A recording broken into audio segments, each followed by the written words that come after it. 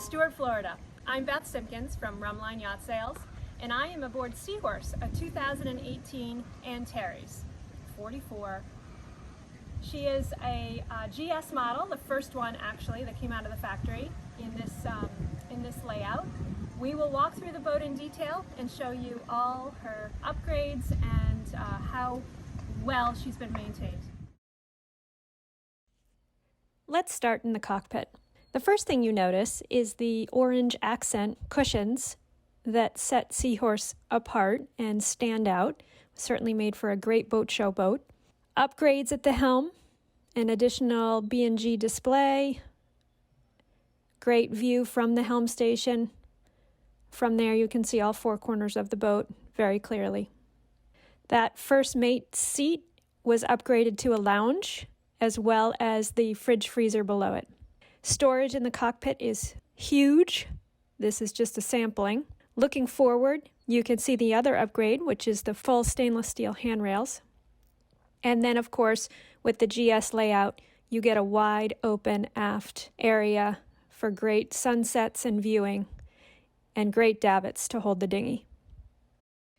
Taking a look down the port aft steps, you'll see the swim ladder, hot and cold shower. So coming in from a swim is easy to hose off. Walking across to the other side, past the winch. Remember, all lines come back to the cockpit, no need to go forward. And then your starboard aft steps. Inside this locker is where your water maker is kept. It is an EcoTech 43 gallon per hour unit, easy to maintain, right at eye level. One of the benefits of the GS model is this rain catchment system that is built into the roof and goes right into your water tanks. Also on top of the elongated cockpit roof are solar panels recessed to give you 1200 watts of solar. Looking forward on Seahorse, you'll notice that the faux teak is run all the way to the foredeck, which is very unique, and I think it's the only Antares that has that done to date. Seahorse also comes with a full sail package, in-mast furling main, Genoa, screecher, and storm jib. This is a great locker to store fenders and lines, but also houses your house bank batteries, which on this boat are AGMs and have 1,000 hours of power. Here is the anchor locker that holds 2 ready-to-go anchors, already locked and loaded. Stepping forward, you'll also notice the bow pulpit is solid, no longer retractable, and you can walk on it to maintain your screecher furler. On the starboard forward side of the boat is this large locker that houses the generator, space to store sails, fishing rods, paddle boards, folding bikes, you name it. This space is huge and is a great place for storage. The Onan generator is also at eye level, makes for very easy maintenance. Here you'll see what I mean about the sail storage. There's just a vast amount of room in this locker. There's about 7 feet of headroom as well. Stepping inside, the first thing you'll notice is the layout, which has the extra seating facing forward on the right side as you walk in. There is storage underneath those cushions. The woodwork on Seahorse is absolutely beautiful. She has the upgraded chart storage area just under the TV, access to the back of the helm station, a wine locker, and also this great pull-out table, which makes for a great computer table or lunch, whatnot, and slides right back in when you don't need to use it.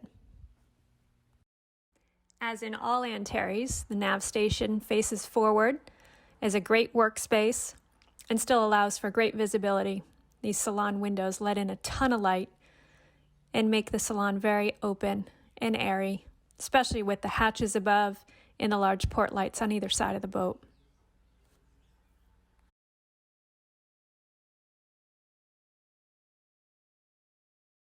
Stepping down into the starboard hull, we have the large master head forward.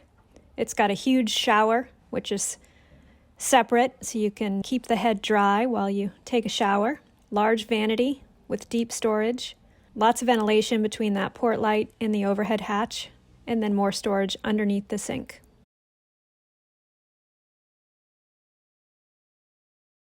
Walking back towards the master stateroom, you'll notice the upgraded trim around all the port lights. Finishes those off nicely. Closets on the inboard side are very deep. The one closest to the right has the washer dryer in it. And then stepping back to the master stateroom, you'll see it's also a very bright space. Lots of storage. Also a TV mounted on that wall at the foot of the bed, a fan, some lights for reading at night, controls for your AC unit, plugs, nightstand storage, and there are drawers underneath that bed as well.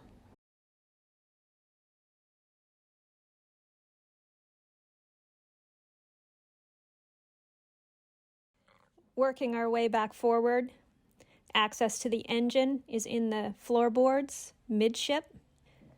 I've taken off the larger panel, but the panel to the left can also be removed so you can get to both sides of the engine. Nice full-length mirror on the back, and your washer and dryer that I mentioned earlier. There is still some storage underneath that washer and dryer for some shoes or additional clothing. The electrical panel is right at eye level by the steps on the master side. Top portion is your 12-volt part of the house. The bottom is the 110. That door that it sits on also opens up to gain full access to behind that panel should you ever need to change wiring, install anything new, or so on. There's also an opening section below that allows you to gain access to fuses and other wiring. There is a manual on board that shows all the wiring diagrams, plumbing diagrams, everything of the sort. Just to the right of the panel, as you come out of the head, are your tank monitors, your AC control, generator control, and inverter control.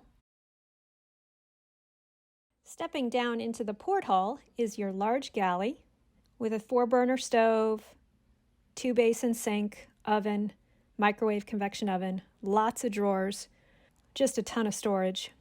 Nice large opening port above the sink. Again with cherry trim, screens to pull down, all upgrades. Some more storage. Really plenty of room to bring whatever you want from home with you on board. The stainless steel backsplash is also great to have. It's easy to clean. Moving forward on Seahorse is the third stateroom.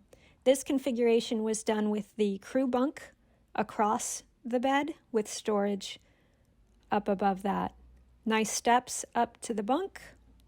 It's about a double-sized bunk with storage up above, and then the forward head with a separate shower. That separate shower came into play a few years ago and is now on every Antares that is built.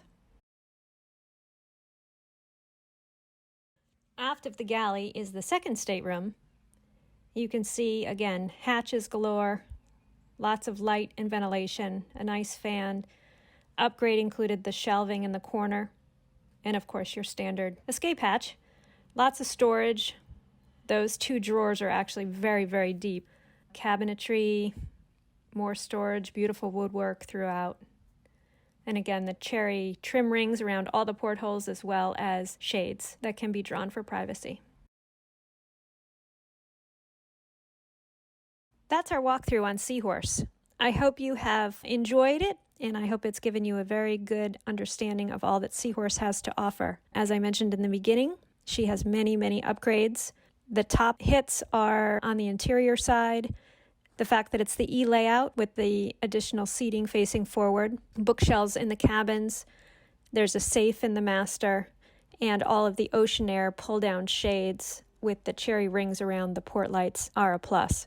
On the exterior side, there's the stainless steel top rail as you walk around the boat, the upgraded dinghy and motor, the in-mast furling main, of course, and in the cockpit, the day bed, the fridge freezer, and the underwater lights, which I failed to mention when we were walking through the cockpit. There's also flexi-teak throughout the boat. On the mechanical electrical side, AGM batteries giving you 1,000 amp hours of service, max props with line cutters, Iridium Go, forward-facing sonar, Wi-Fi booster, a second plotter at the helm, and a fuel transfer pump on board. That's just a sampling of the upgrades on this boat. The list is much longer, but I hope you've enjoyed this. I hope it's been informational, and please don't hesitate to reach out to us to take a closer look. Thanks.